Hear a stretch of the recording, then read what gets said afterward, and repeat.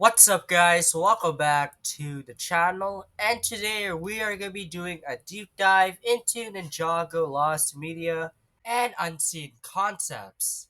So let's talk about this. Now, today we're going to be talking about everything that is Lost Media to the Ninjago franchise.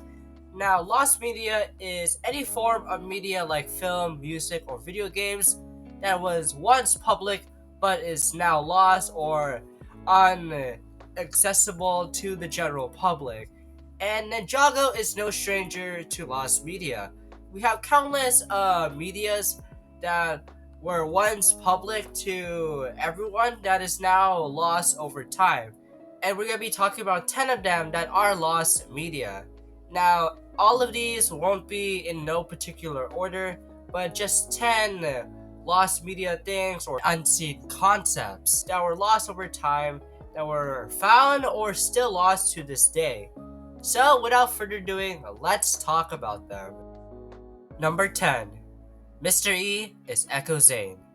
Mr. E is one of the members of the SOG, and since the release of Season 8, many people were to believe that Mr. E was someone underneath the mask, rather than as an android.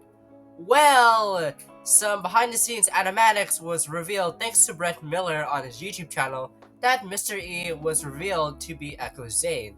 And honestly, I would love to see that, to have Echo Zane be evil and having to fight the actual Zane. That would be so cool to see that. But as of right now, we do have some animatics of the reveal of Mr. E as Echo Zane. Would have loved to see that happen in the actual show, but they rather just kept Mr. E as an android. Number 9.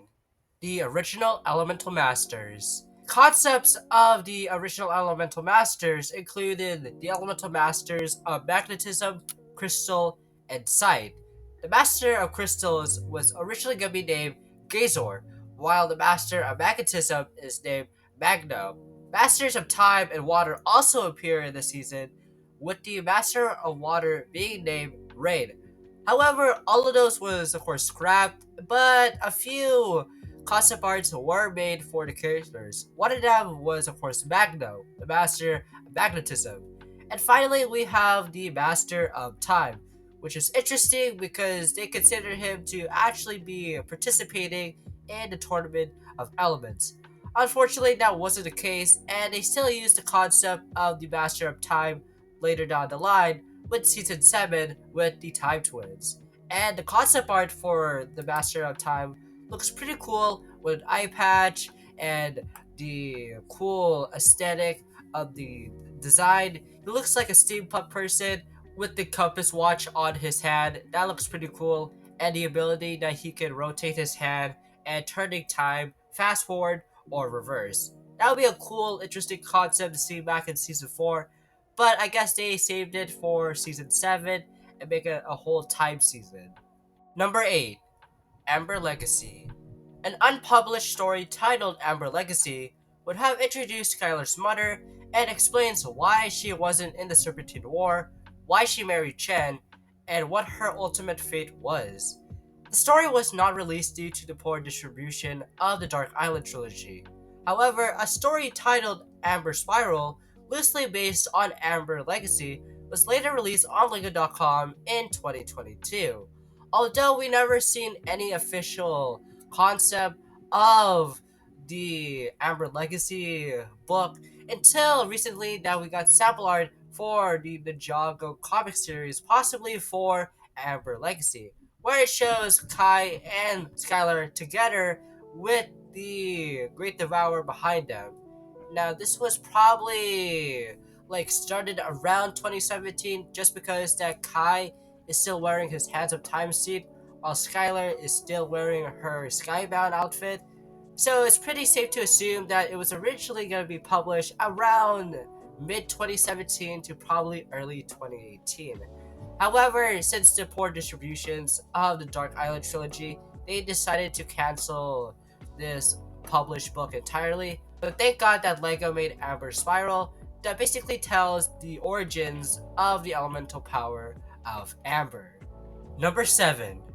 The Monastery of Ice. A set called set number 70630, Monastery of Ice, would have been involved the ninja visiting the home of a scientist who worked on combining elemental powers in his lab. The set was not produced because it was never integrated into a storyline in the TV series. Tommy Andresen stated that the splinter in the blind man's eye is based on the synopsis he wrote on for an unreleased Ice Temple in 2018, which may refer to this set. Now, we do get to see some photos and looks of the Monastery of Ice, and this looks pretty cool.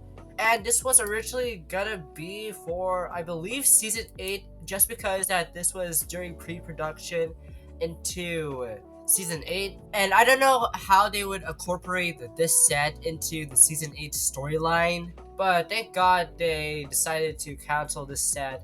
But I wish we still had this set overall as an actual set for, I guess, season 11, but they decided to just cancel it entirely.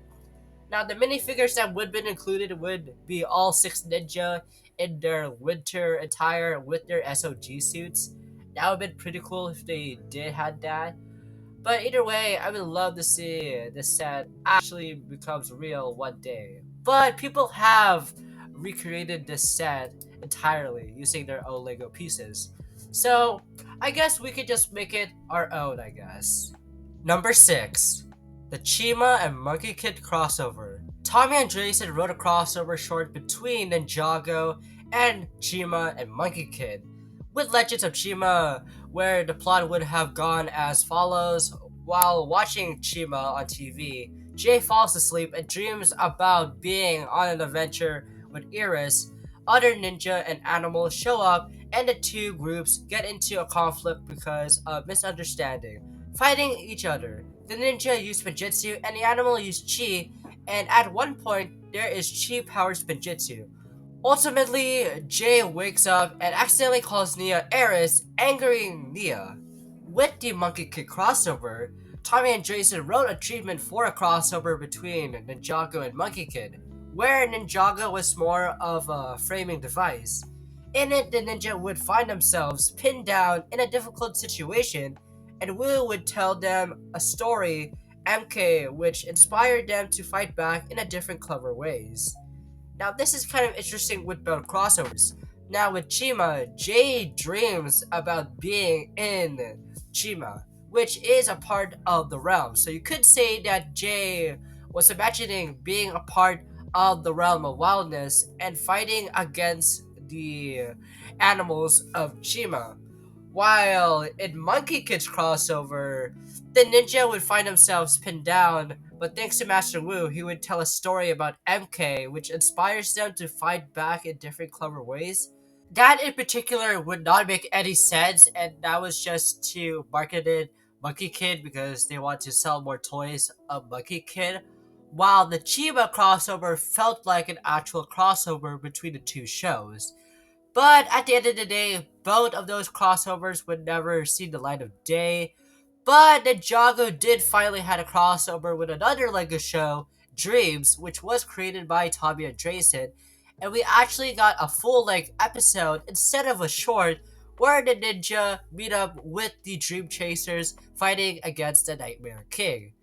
And it was okay of a crossover, but hey, Ninjago finally got a crossover with another Lego show. Number 5. The Meet the Ninja Shorts. A series of 6 30-second videos called the Meet the Ninja Shorts were made to show each ninja's personality and abilities, released around the same time of Hands in Time in 2017 on the Lego Life app. Unfortunately, these videos do not seem to be available from any official source at this moment. Only two have surfaced on the internet, and that is the Zane and Cole Meet the Ninja Shorts. However, Jay's, Nia's, Lloyd's, and Kai's are yet to be seen to the public. Now, we do actually got some screenshots from these shorts, but we will never see the light of day of these shorts. So it is kind of crazy that they were once public to everyone on the Lego Life app, and now all of them have suddenly disappeared. with only 2 of the 6 shorts still remaining to this day. So yeah, consider this lost media with all of these episodes being lost, except for 2, I guess. Number 4. Lego Let's Lego Ninjago. Now, this series of Gab mangas were published by the magazine Cora Cora Comics, which was written and ran through in 2015. Yes, you heard me right. Lego made a Ninjago manga series that spanned between the beginning of 2015 by the end of 2015. Now, there have been 6 different chapters of these mangas, and I'm not gonna go through all of them, but it is on the wiki. And I don't want to summarize what really happens between any of these chapters. But it's safe to say that this was originally gonna be lost media, but was found most recently back in 2023 where some Ninjago fans have taken upon and sharing some photos. And yeah, this manga series was kind of something, alright. I mean, this was the introduction of Buff Zane, which was later become a thing in Dragon's Rising Season 3. So, yeah, thanks to this manga, we had Buff Zane into the show. Number 3. The Serpentine Express.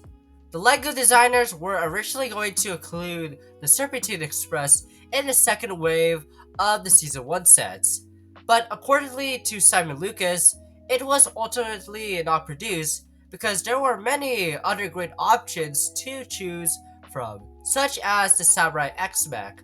LEGO designer Mark Stafford displayed a model of the Serpentine Express at Adult Fan of LegoCon in 2012.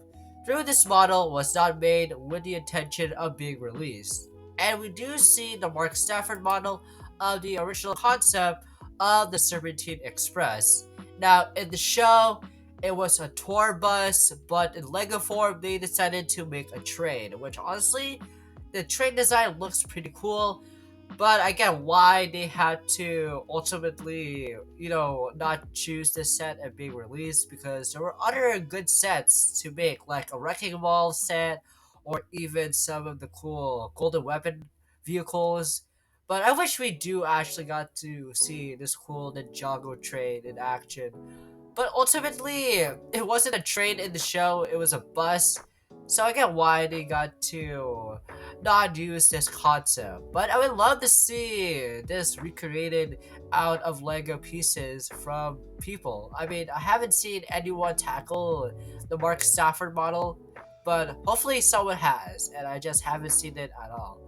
But I would love to see a Lego Ninjago train at some point in the near future. Number 2. The original concept of Season 12. This season was kind of crazy with the ninja being stuck inside of a video game and trying to escape the video game world. And the main token ninja of the season was Jay, and that makes sense because Jay has a love of video games. Now, originally, Jay's mother was supposed to be a part of the season where his mother was connected to the creation of Prime Empire, powering the game. Also, presumably in the season, his mother's relationship with her father was gonna be explored in this season. Now, I wish we finally got to know the answer of what happened to Jay's mother, because I feel like there was a cool concept idea where Jay's mother was tasked on a mission to probably stop Prime Empire, but Jay's mother accidentally gets stuck inside of the video game and becomes the powerhouse or power core of the entire game system and just powering the whole game itself. And once Jay and the rest of the ninja would enter the game, we would see a cool emotional scene where Jay ultimately meets her actual mother, which Jay never have seen before after he was born. And I would love to see that connection between him and his actual mother and explore more about Jay's real mother and his father. I would love to see that, but ultimately this was scrapped, and I wish we got to see Jay's mother again because it's pretty elusive to what actually happened to his mother. So hopefully his mother is still alive out there, and hopefully one day we actually get to meet her once again. Number 1. The pilot remake. 2021 was a big year for Ninjago, not only that we got the island and Seabound, but it was also the 10th anniversary of the franchise. And in honor to do that, Tommy and Drayson proposed that the pilot episodes would be remade as a 44-minute special to celebrate the anniversary of the series. However, the budget didn't allow it. Now that is kind of baffling and crazy that they wouldn't remake the pilot episodes as a 44-minute special. That would have been pretty cool if they did, but the budget didn't allow it, which is kind of crazy. But since that 2026 is the 15th anniversary, I propose that we should have the pilot episodes be remade to celebrate the 15th anniversary of the franchise. And it really isn't that hard to remake the pilot episodes. Sure, there's only like a few characters, and you just reintroduce both Cruncha and Knuckle in Dragon's Racing Season 3. So it isn't that difficult, and just reuse the old recordings from 2011.